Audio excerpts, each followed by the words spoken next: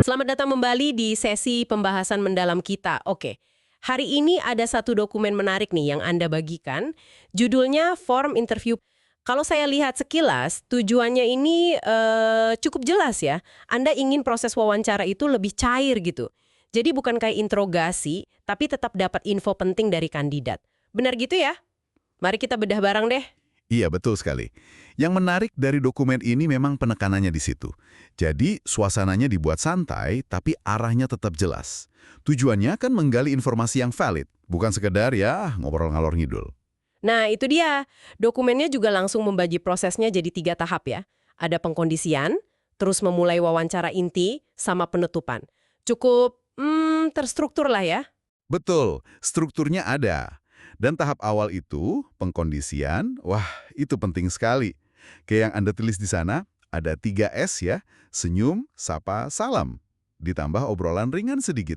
Itu krusial loh, buat bangun jembatan dulu, bangun raport, sebelum kita nembak pertanyaan inti. Oke.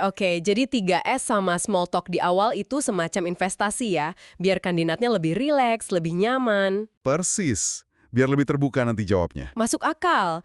Nah, terus kita masuk ke bagian penilaiannya nih.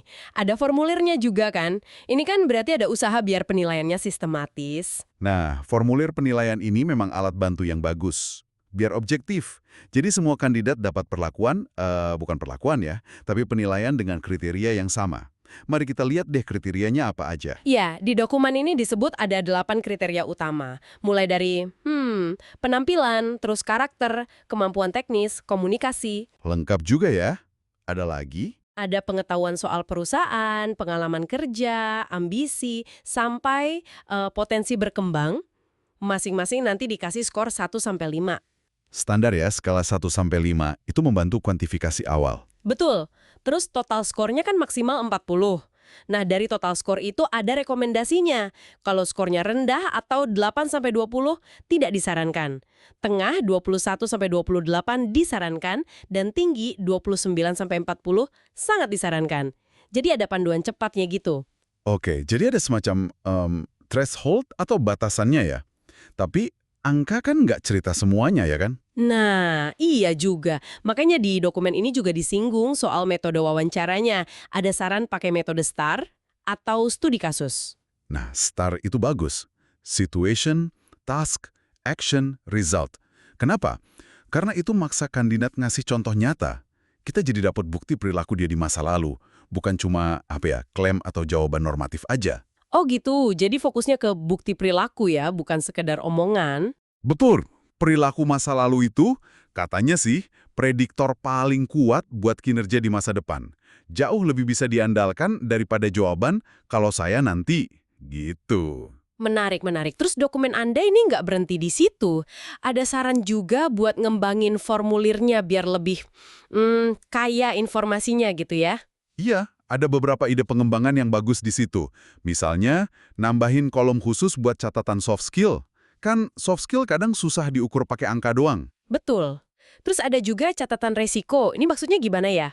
Itu kalau kita mencium ada red flags gitu. Misalnya, kok kayaknya loyalitasnya diragukan, atau ada potensi konflik interpersonal. Nah, dicatat di situ. Oke. Semacam early warning system ya. Terus apa lagi? Ada juga ide buat nyiapin kolom pertanyaan kunci yang udah disiapin sebelumnya, sama kolom buat ringkasan STAR. Jadi, jawaban kandidat yang pakai metode STAR itu bisa langsung dirangkum di formulirnya. Wah, ini sih niat banget ya, bikin prosesnya jadi lebih mendalam dan profesional. Jadi nggak cuma lihat yang di permukaan aja. Iya, tujuannya ke sana, biar dapat gambaran yang lebih utuh soal kandidat. Oke, jadi kalau kita coba simpulkan nih ya, dokumen form interview.pdf ini pada intinya menawarkan sebuah kerangka kerja wawancara yang Mencoba menyeimbangkan dua sisi. Sisi pertama, pendekatan manusiawi, bangun suasana nyaman dulu, pakai pengkondisian, pakai 3S, ngobrol ringan. Betul. Sisi keduanya, kebutuhan penilaian yang sistematis dan objektif. Nah, ini pakai formulir, pakai skor, pakai metode kayak STAR tadi. Jadi kuncinya di keseimbangan itu ya, antara hati dan kepala gitu mungkin ya. Bisa dibilang gitu. Tepat sekali. Struktur itu penting buat standarisasi, buat keadilan, mengurangi bias. Tapi sentuhan personalnya juga penting buat gali potensi asli si kandidat. Saran pengembangannya itu juga bagus. Mendorong kita cari info kualitatif yang lebih kaya, melengkapi angka-angka skor tadi. Jadi sebuah kerangka yang cukup komprehensif ya untuk wawancara. Ya, cukup komprehensif. Nah, setelah kita bedah semua ini ya, struktur, metode, skor, saran pengembangan, mungkin ada satu pertanyaan nih yang menarik buat Anda renungkan lebih dalam. Oh ya, apa tuh? Gini, katakanlah Anda sudah punya semua data terstruktur itu.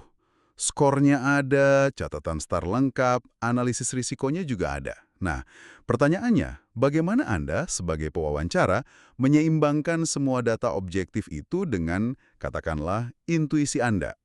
Intuisi buat menangkap hal-hal yang mungkin nggak tertulis di kertas. Misalnya, kecocokan budaya, potensi unik, atau kliknya kandidat sama tim, gitu.